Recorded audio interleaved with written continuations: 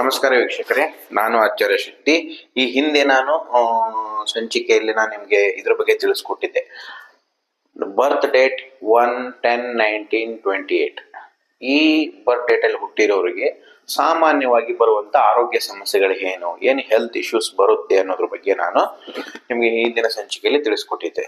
ನಾನು ಈ ಸಂಚಿಕೆಯಲ್ಲಿ ಏನಿದೆ, ಈ ಎಪಿಸೋಡ್ ಅಲ್ಲಿ ನಿಮಗೆ ಬರ್ತ್ ಡೇಟ್ 2/11/2029 ಅಂದ್ರೆ ಯಾರ ಹುಟ್ಟಿದ ದಿನಾಂಕ ಏನಿರ್ತದಲ್ವೋ 2/11/2029 2/11/2029 ಈ ಡೇಟ್ಸ್ ಅಲ್ಲಿ ಹುಟ್ಟಿರುವಂತವ್ರಿಗೆ, ಈ ಬರ್ತ್ ಡೇಟ್ ಅಲ್ಲಿ ಹುಟ್ಟಿರುವಂತವ್ರಿಗೆ ಅವರ ಜೀವನದಲ್ಲಿ ಕಾಣಿಸಿಕೊಳ್ಳುವಂತ ಒಂದು ಸಾಮಾನ್ಯವಾಗಿ ರೋಗ ಅಂದ್ರೆ ಹೆಲ್ತ್ ಇಶ್ಯೂಸ್ ಇರ್ಬೋದು. ಆರೋಗ್ಯ ಸಮಸ್ಯೆಗಳು ಏನೇನು ಜನರಲ್ ಆಗಿ ಅವ್ರ ಜೀವನದಲ್ಲಿ ಕಾಣಿಸ್ಕೊಳ್ಳಬಹುದು, ಚಾನ್ಸಸ್ ಇರುತ್ತೆ ಅನ್ನೋದ್ರ ಬಗ್ಗೆ ನಾನು ನಿಮ್ಗೆ ಡೀಟೇಲ್ ಆಗಿ ಹೇಳ್ತೇನೆ. ಇಲ್ಲಿ ನೋಡಿ ವೀಕ್ಷಕರೇ, ಬರ್ತ್ ಡೇಟ್ ನಾನು ಇಲ್ಲಿ ಬರ್ದಿದ್ದೆ. ಬರ್ತ್ ಡೇಟ್ 2/11/2029 ಅಂತ ಬರ್ದಿದ್ದೆ. ಇಲ್ಲಿ ಏನು ಕಾಮನ್ ಹೆಲ್ತ್ ಇಶ್ಯೂಸ್ ಅಂತ ನಾನು ಬರ್ದಿದ್ದೆ. ಏನೇನು ಬರ್ಬೋದು ಕಾಮನ್ ಹೆಲ್ತ್ ಇಶ್ಯೂಸ್ ಅಂದ್ರೆ ನೋಡಿ, ಅವರಿಗೆ ಸ್ಟಮಕ್ ಅಂಡ್ ಡೈಜೆಸ್ಟಿವ್ ಆರ್ಗನ್ಸ್ ಅಂದ್ರೆ ಹೊಟ್ಟೆ ಮತ್ತು ಡೈಜೆಷನ್ಗೆ ಸಂಬಂಧಪಟ್ಟಂತ ಜೀರ್ಣಕ್ರಿಯೆಗಳನ್ನ ಮಾಡುವಂತ ಆರ್ಗನ್ಸ್ ಗಳಿಂದ ಅಲ್ಲಿ ಏನಾಗ್ತದೆ, ಸ್ವಲ್ಪ ಆರೋಗ್ಯ ಸಮಸ್ಯೆಗಳು ಬರಬಹುದು. ಆಮೇಲೆ ಒಂದು ಪೂರ್ ಬ್ಲಡ್ ಸರ್ಕ್ಯುಲೇಷನ್ ಅಂದ್ರೆ ಯಾರ ದೇಹದಲ್ಲಿ ಒಂದು ರಕ್ತದ ಕೊರತೆ ಇರ್ತದೋ, ಅಂದ್ರೆ ಹಿಮೋಗ್ಲೋಬಿನ್ ಕಡಿಮೆ ಇರುತ್ತೋ, ಹಿಮೋಗ್ಲೋಬಿನ್ ಕಡಿಮೆ ಆಗುವಂಥದ್ದು, ಅನಿಮಿಯಾ, ಈ ತರದ್ದು ಒಂದು ರಕ್ತದ ಲೋ ಬ್ಲಡ್ ಸರ್ಕ್ಯುಲೇಷನ್ಸ್ ಏನಿದೆಯಲ್ಲ, ಆ ರೀತಿಯ ಸಮಸ್ಯೆಗಳು ಬರಬಹುದು. ಆಮೇಲೆ ಮೆಂಟಲ್ ಸ್ಟ್ರೆಸ್ ಅಂಡ್ ನರ್ವಸ್ನೆಸ್ ಅಂದ್ರೆ ಏನಾಗ್ತದೆ, ಕಾಮನ್ ಆಗಿ ಅತಿಯಾಗಿ ಯೋಚನೆ ಮಾಡುವಂತ ಸ್ವಭಾವ. ಈಗ ನಂಬರ್ 2 ಹುಟ್ಟಿರುವಂತವ್ರ ಸ್ವಭಾವನೇ ಹೀಗೆ. ಅವ್ರೇನಾಗ್ತಾರೆ, ತುಂಬಾ ಎಮೋಷನಲಿ ತುಂಬಾ ಸೆನ್ಸಿಟಿವ್ ಆಗಿರ್ತಾರೆ. ಯಾವ್ದಾದ್ರು ಒಂದು ವಿಷಯನ ತಗೊಂಡ್ರೆ ಅತಿಯಾಗಿ ಯೋಚನೆ ಮಾಡುವಂತ ಒಂದು ಸ್ವಭಾವ ಇರುತ್ತೆ, ಅತಿಯಾಗಿ ಯೋಚನೆ ಮಾಡುವಂತದ್ದು. ಆಮೇಲೆ ಇದ್ರ ಸ್ವಭಾವ ಇರುತ್ತೆ. ಇದರಿಂದ ಏನಾಗ್ತದೆ, ಮೆಂಟಲ್ ಸ್ಟ್ರೆಸ್ ಅಂಡ್ ಸ್ಟ್ರೇನ್ ಆಗುತ್ತೆ, ನರ್ವಸ್ನೆಸ್ ಇರುತ್ತೆ. ಆಮೇಲೆ ಇನ್ನೊಂದೇನು ಅಂದ್ರೆ ಅಸ್ಥಮೆಟಿಕ್ ಟ್ರಬಲ್ಸ್, ಅಸ್ತಮ ಉಸಿರಾಟದ್ದು. ಆಮೇಲೆ ಇನ್ಸೋಮಿಯಾ ಅಂದ್ರೆ ಇದಕ್ಕೇನಂದ್ರೆ ನಿದ್ರಾಹೀನತೆ ಅಂತ ಹೇಳ್ತೀವಿ. ಇನ್ಸೋಮಿಯಾ ಅಂತ ಹೇಳಿದ್ರೆ ನಿದ್ರಾಹೀನತೆ ಅಂತ ಹೇಳ್ತೀವಿ. ಈ ತರದ ಒಂದು ಆರೋಗ್ಯ ಸಮಸ್ಯೆನು ಅವ್ರ ಜೀವನದಲ್ಲಿ, ಈ 4 ಆರೋಗ್ಯ ಸಮಸ್ಯೆಗಳು ಮುಖ್ಯವಾಗಿ ಅವರ ಜೀವನದಲ್ಲಿ ಕಾಣಿಸ್ಕೊಳ್ಳುತ್ತೆ. ಇವಾಗ ಯಾರಿಗೆ ಈ ಸಮಸ್ಯೆಗಳು ಇದೆಯೋ ಅದಕ್ಕೆ ನಾನು ಅವ್ರಿಗೆ ಪ್ರಿಕಾಷನ್ಸ್ ಅಲ್ಲಿ ಕೊಡ್ತಾ ಇದ್ದೀನಿ, ರೆಮಿಡೀಸ್ ಇದೆ. ಆಮೇಲೆ ಯಾರಿಗೆ ಇನ್ನು ಈ ಲಕ್ಷಣಗಳು ಕಾಣಿಸ್ಕೊಂಡಿಲ್ವೋ ಅವರು ಈ ಪ್ರಿಕಾಷನ್ಸ್ ನ ತೆಗೆದುಕೊಳ್ಳೋದ್ರಿಂದ ಅದೇನಾಗ್ತದೆ, ನಿಮ್ಮ ಜೀವನದಲ್ಲಿ ಅದನ್ನು ಬರದೇ ಇರೋ ತರ ನೀವು ಅವಾಯ್ಡ್ ಮಾಡಬಹುದು, ತಡೀಬಹುದು. ಆಯ್ತಾ? ಏನಿದೆ ಪ್ರಿಕಾಷನ್ಸ್ ಅಂತ ಹೇಳಿದ್ರೆ, ಒಂದು ನೋಡಿ, 2/11/2029 ಹುಟ್ಟಿರೋರಿಗೆ, 29 ಹುಟ್ಟಿರುವಂತವ್ರಿಗೆ ಮೆಡಿಟೇಷನ್ ಏನಿದೆಯಲ್ಲ ಮ್ಯಾಂಡೇಟರಿ. ಇವರು ರೆಗ್ಯುಲರ್ ಮೆಡಿಟೇಷನ್ ಮಾಡಲೇಬೇಕು ಸೂರ್ಯೋದಯದ ಸಮಯದಲ್ಲಿ.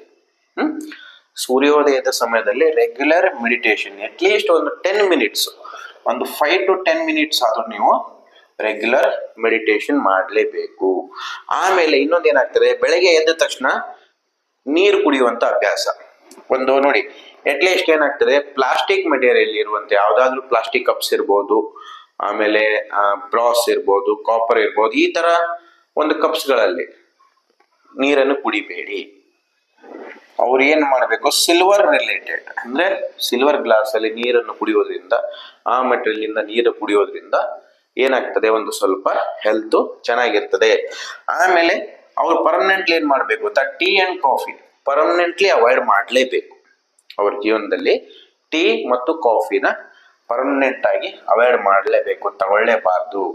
ಯಾವುದೇ ರೀತಿಯ ಪ್ಲಾಸ್ಟಿಕ್ ಮಟೀರಿಯಲ್ಸ್ ಇಂದ ಮಾಡಿರುವಂತ ಒಂದು ಬಾಟಲ್ಸ್ ಗಳಿಂದ ನೀರನ್ನು ಕುಡಿಲೇಬಾರ್ದು, ಅವಾಯ್ಡ್ ಮಾಡಲೇಬೇಕು. ಆಮೇಲೆ ಏನಾಗ್ತದೆ, ಇವ್ರು ನೋಡಿ, ಬೆಳಗಿನ ಒಂದು ಮೆಡಿಟೇಷನ್ ಆದ್ಮೇಲೆ ಬ್ಲ್ಯಾಕ್ ಪೆಪ್ಪರ್ ಪೌಡರ್ ಮತ್ತು ಹನಿ, ಬ್ಲ್ಯಾಕ್ ಪೆಪ್ಪರ್ ಪೌಡರ್ ಮತ್ತು ಹನಿ ಅಂದ್ರೆ ಜೇನುತುಪ್ಪ ಮತ್ತು ಬ್ಲ್ಯಾಕ್ ಪೆಪ್ಪರ್, ಕರಿಣಿ ಮೆಣಸು ಅಂತ ಹೇಳ್ತೀವಿ. ಬ್ಲ್ಯಾಕ್ ಪೆಪ್ಪರ್ ಪೌಡರ್ ಮತ್ತು ಹನಿ ಇದನ್ನ ಏನ್ ಮಾಡಿ, ಒಂದ್ ಸ್ವಲ್ಪ ಒಂದು 2 ಟೇಬಲ್ ಸ್ಪೂನ್ ಅಷ್ಟು ಜೇನುತುಪ್ಪ ಮತ್ತು ಅದರಲ್ಲಿ ಒಂದು 1/2 ಟೇಬಲ್ ಸ್ಪೂನ್ ಅಷ್ಟು ಬ್ಲ್ಯಾಕ್ ಪೆಪ್ಪರ್ ನ ಮಿಕ್ಸ್ ಮಾಡ್ಬಿಟ್ಟು ಅದನ್ನ ಬೆಳಗಿನ ಜಾವ ಅಂದ್ರೆ ಈ ನೀರಿನ ಜೊತೆಗೆ ನೀವು ಸೇವಿಸೋದ್ರಿಂದ ಏನಾಗ್ತದೆ, ಈ ರೀತಿಯ ಯಾವುದೇ ರೀತಿಯ ಒಂದು ಹೆಲ್ತ್ ಇಶ್ಯೂಸ್ ನ ನೀವು ಅವಾಯ್ಡ್ ಮಾಡಬಹುದು. ನಿಮ್ಮ ಜೀವನದಲ್ಲಿ ಬರ್ತಕ್ಕಂಥ ಒಂದು ಕಾಮನ್ ಹೆಲ್ತ್ ಇಶ್ಯೂಸ್ ಏನಿದೆಯಲ್ಲ ಅವಾಯ್ಡ್ ಮಾಡಬಹುದು. ಮತ್ತೆ ಹೆಚ್ಚಾಗಿ ನೋಡಿ, ಮನೆಯಲ್ಲೇ ಮಾಡಿರುವಂಥದ್ದು ಬಟರ್ ಮಿಲ್ಕ್ ಪ್ರತಿಯೊಂದು ಊಟದ ನಂತರ ಮನೆಯಲ್ಲೇ ಮಾಡಿರುವಂತ ಒಂದು ಬಟರ್ ಮಿಲ್ಕ್ ಅಂದ್ರೆ ಸೇವನೆ ಮಾಡಬಹುದು. ಮಜ್ಜಿಗೆ ಅಂತ ಹೇಳ್ತೀವಿ ಅಲ್ವಾ, ಮನೆಯಲ್ಲೇ ಮಾಡಿರುವಂತ ಮಜ್ಜಿಗೆನ ಸೇವನೆ ಮಾಡಿ. ಇದರಿಂದ ಏನಾಗ್ತದೆ ಅಂದ್ರೆ ನಿಮ್ಮ ಈ ಲಕ್ಷಣಗಳು ಏನಿದೆಲ್ಲ ನಿಮ್ಮ ಜೀವನದಲ್ಲಿ ಕಾಮನ್ ಆಗಿ ಬಂದೇ ಬರುತ್ತೆ. ಪ್ರತಿಯೊಬ್ಬರ ಜೀವನದಲ್ಲೂ ಏನಾದ್ರೂ ಒಂದು ರೋಗ ಲಕ್ಷಣ, ಒಂದು ಆರೋಗ್ಯ ಸಮಸ್ಯೆ ಪ್ರತಿಯೊಬ್ಬರ ಜೀವನದಲ್ಲಿ ಕಾಣಿಸ್ಕೊಳ್ಳುತ್ತೆ. ಚಿಕ್ಕದಾಗಿರ್ಬೋದು, ದೊಡ್ಡ ಪ್ರಮಾಣದಲ್ಲಿ ಆಗಿರ್ಬೋದು. ಇವಾಗ ಏನಾಗ್ತದೆ, ಇದನ್ನ ಚಿಕ್ಕ ಪ್ರಮಾಣದಲ್ಲಿ ಇದನ್ನ ನಾವು ಬರದೇ ಇರೋ ತರ ತಡಿಬಹುದು. ಹೇಗೆ? ನಮ್ಮ ಡೈಲಿ ಲೈಫ್ ಸ್ಟೈಲ್ ಮೇಲೆ, ಏನು ದಿನನಿತ್ಯದ ನಮ್ಮ ಜೀವನ ಶೈಲಿ ಹೇಗಿರ್ತದೋ ಅದ್ರ ಮೇಲೆ ಇದು ಹೋಗ್ತದೆ. ಆಮೇಲೆ ಪ್ರಾಪರ್ ಬ್ಯಾಲೆನ್ಸ್ಡ್ ಮೀಲ್ ಅಂತ ಹೇಳ್ತೀವಿ ನಾವು. ಪ್ರಾಪರ್ ಬ್ಯಾಲೆನ್ಸ್ಡ್ ಮೀಲ್ ಅಂದ್ರೆ ಸಮತೋಲಿತ ಆಹಾರ. ಬ್ಯಾಲೆನ್ಸ್ ಮೀಲ್ ನ ತಗೊಳ್ಳೋದ್ರಿಂದ ಏನಾಗ್ತದೆ, ನಿಮ್ಮ ಹೆಲ್ತ್ ಕಾಮನ್ ಆಗಿ ಬರುವಂತ ಈ ಏನು ಹೆಲ್ತ್ ಇಶ್ಯೂಸ್ ಇದೆಯಲ್ಲ ಇದನ್ನ ನೀವು ತಡಿಬಹುದು. ಯಾವುದೇ ರೀತಿಯ ಮೇಜರ್ ಸ್ಟೇಜಿಗೆ ಹೋಗದೆ ಇರೋ ತರ ನೀವು ಇದನ್ನ ತಡಿಬಹುದು. ವೀಕ್ಷಕರೇ, ಈ ಒಂದು ನನ್ನ ಗೈಡೆನ್ಸ್ ನಿಮಗೆ ತುಂಬಾ ಉಪಯುಕ್ತ ಆಗಿದೆ ಅನ್ಕೊಳ್ತೀನಿ.